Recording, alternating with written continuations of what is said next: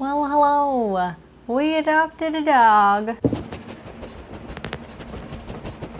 I love animals. I'd run a whole farm if I could, but alas, we're not allowed to on the amount of land we have. Dogs were always a part of our household growing up, and so I was really used to having them around. Gavin, on the other hand, never had pets except like a bird growing up, so the idea of having a dog in the house was a little bit new to him, a little bit scary. We spent about a year living at my parents' while we were fixing up this house to make it livable, and so he had a little bit of experience living with dogs. But we are coming up on 5 years of marriage. Finally, he was ready to look at dogs with me, and we were going to different shelters, we were looking online. I did get derailed from the mission twice because on one website, they also had Japanese potbelly pigs for adoption. There were 2 of them, and I was madly researching to try and see if we would be able to have them on our property, but our acreage is limited and we cannot have pigs, multiple pigs anyway. And then another time there was a tortoise, and I was so excited because I was saying, Gavin, we don't have to mow our lawn as much if we just let this tortoise walk around all day and eat all the grass. Sadly, Gavin had to remind me that we were looking for a dog. Now, because I was forcing a dog upon Gavin, I let him have like pretty much all the stipulations of what the dog should be like.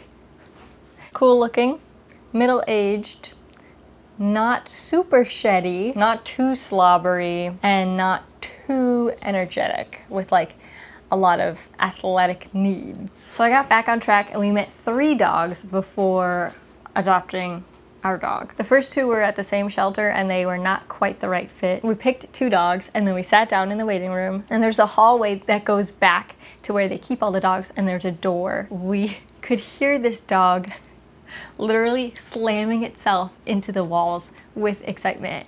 It sounded like a dragon. And once it got to the door to the waiting area, we heard it slam itself into the door. There were a few other people waiting for dogs to be brought out to them too, so we were like, surely that's one of these folks' dog, not gonna be the dog that we picked. He was really sweet, he was cool, he just wasn't quite right. We took him out and like played with him for a bit, but he just didn't feel like what we were looking for exactly. So we had another dog brought out, and that one was a little more relaxed. And with spending time with him, just realized like he's not exactly the right fit either. The third dog, an acquaintance of ours, heard that we were looking for a dog and they were trying to rehome a dog. So they brought her over to our house to test out, and she was so sweet. We considered her, but there were just some circumstances that didn't feel quite right. So we thought, you know what, better not to go into that. So that brings us to our boy. I was scrolling on Pet Finder and his face popped up. He was just the coolest looking dog, and showed him to Gavin. Gavin liked him, so I sent in the application. I kept looking at other dogs too, and I even applied for one other that we liked while waiting, since we didn't hear back. But the dog we applied for went and got adopted by someone else. They still hadn't responded to me, so I called them and they had lost the application, but luckily my calling them got it back on track. We scheduled a meeting with him so we could get introduced. He was in Delaware. When they brought him out, he looked like such a different dog than the photos that we saw online that we were a little bit confused. Turns out the photos were 2 years old and he was just a good deal younger then. His time in that place kind of weathered him, so he just looked, he looked more like haggard. He barked at us a ton as we approached him. He was a bit scared of us at first, but they let us walk him around and he slowly got used to us. And he was pretty standoffish to us the whole time, but he was still a little bit friendly, kind of chill. So after that meeting, we went home, talked about it, prayed about it, thought about it, decided we want this dog. So we called the lady back, told her, and they processed our application, and then said, great, you can pick him up. On his profile online, it said he was neutered and house trained, and he was neither, which we didn't make a big deal of because we were like, whatever, we still want him. As we had him in our car and I was petting him, I realized he was covered in ticks and he kept shaking his head a lot. And when we took him to the vet, they told us that he had a bacterial ear infection. So we got all his meds down, taken care of, He is recovering, he's getting better. The tick situation was kind of insane. Like our house, it was a little rough for a while. We were just finding ticks all over the place and we were like, ah! It's now under control. We had a long list of name options that we were tossing around, and my family gave us a few as well. They were giving me names like D'Artagnan and Henri. Our top name was Archibald. But then as we were driving to pick him up, I asked Gavin, what are your favorite composer names? Because as you know, Gavin loves music. There were the classic ones like Beethoven or Brahms. But then he said Schubert, and both of us kind of sat with that for a minute, and we both agreed that it was kind of the perfect name for him. It's been 3 weeks since we got him. And his story is that he was found on the streets of Texas running around. He got put into a kill shelter. The lady who runs the organization we adopted him from finds dogs that are going to be killed at these types of shelters, and she rescues them and redistributes them. Foster places, just people that can take dogs in. The place he was at had about 50 dogs being taken care of, and he had been kept in like an indoor-outdoor type of kennel is what they said. And he's right over there. Let's see if we can sit next to him. Just wait. As you can tell, he's very stubborn. He doesn't like being told what to do or to go with what I want. However, he is a very good dog, actually. He is pretty well-mannered. He's very chill. He loves following us around the house. He does not like people at all. He does not like strangers. The people that we have introduced him to so far, he has had a very tough time. He freaks out at them, so that's something we're trying to work on, especially like with my family, being able to introduce him. When we're at like a third-party location, meeting people, he's okay. Like he was okay at the vet, and he was okay meeting his cousin, my sister-in-law's dog. He had a good time meeting them, but meeting people here, he has a big issue. But he does like other dogs a lot, probably because he was in a place with like 50 dogs. I'm gonna try and go sit next to him up there.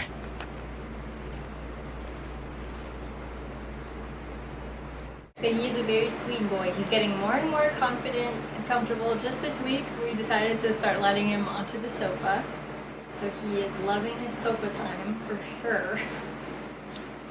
We try to keep him on this blanket so that he's got like his place is the blanket. See, he's already sick. He knows that I'm trying to film. We've been walking him every morning, and he's been loving to explore the neighborhood. You're a good boy, Schubert. You're a good boy.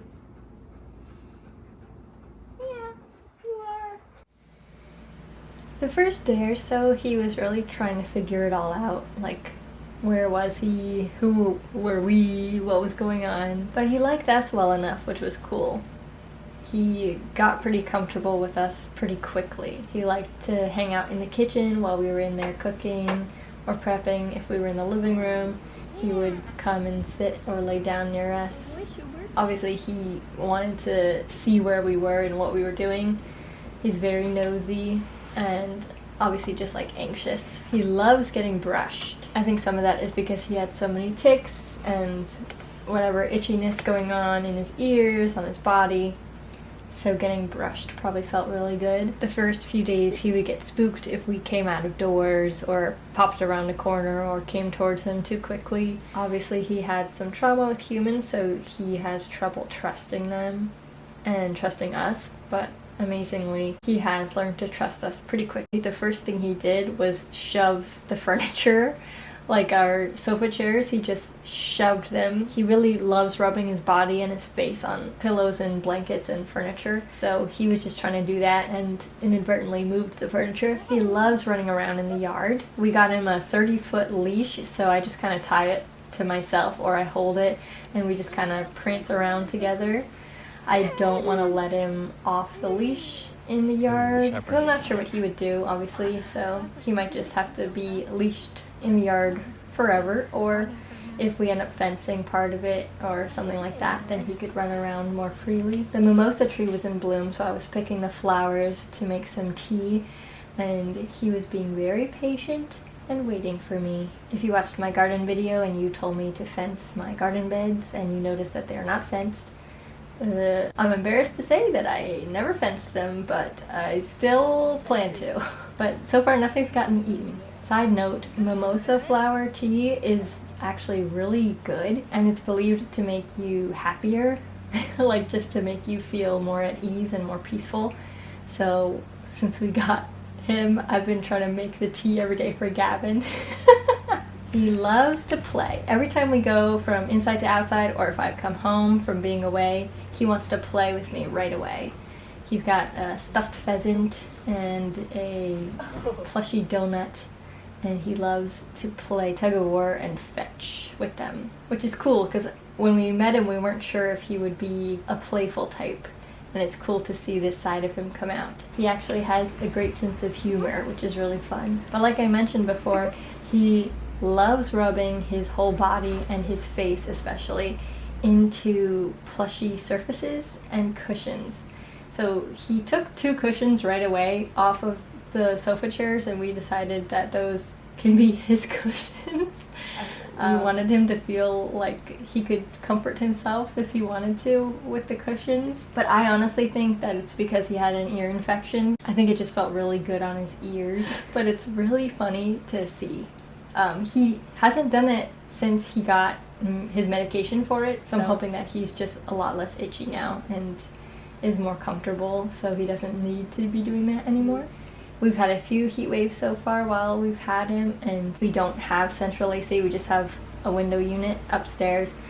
He really likes to lay on the tile floor in the kitchen and the wood floor, because those are the coolest surfaces. For the first week, we had him sleep in the crate, and we put him in his crate when we would leave, because at the place he was staying at, they said that he was crate trained, so we thought, you know, let's do that for a little bit. And then we have slowly let him be out in the house while we've been gone. We started with 1 hour, then 2 hours, 3 hours. I think now we're up to 6 hours of him being out in the house and not in his crate while we're both gone.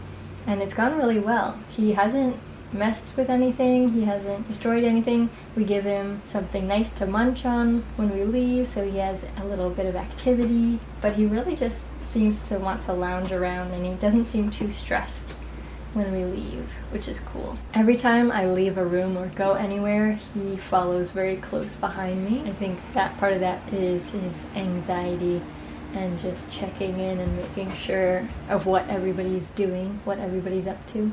Like I said, this week is the first week we started letting him onto the sofa, and he loves the sofa so much. He spends most of his time there. So we had the big circle papason cushion on the ground in the living room just to give him a really big comfy space, but now since we're not using the crate so much, we brought his bed out of the crate and have that in the living room instead by the window. Because he only was really using the circle cushion to rub his face on. He wasn't really lounging on it otherwise. He and Gavin are still getting used to each other. They love each other.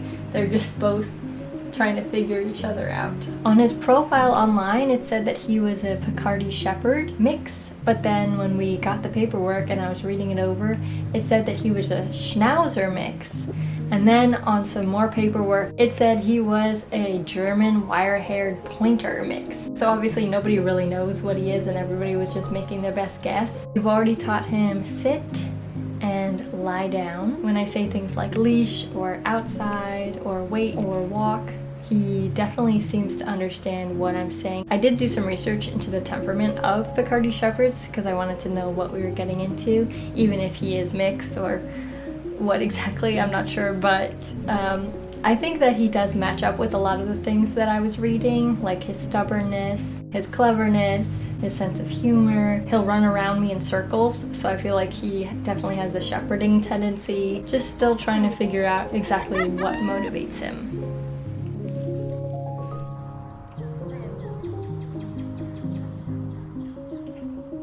The whole process of finding him, getting him, bringing him home, starting to train him, all these things has taken up a lot of my capacity, so that's why maybe some projects have like dropped off a little bit, but I'm gonna get back on track and get more things out to you guys. But I just wanted to give you an update of what's been going on and introduce you to the newest member of the Chaotic House family.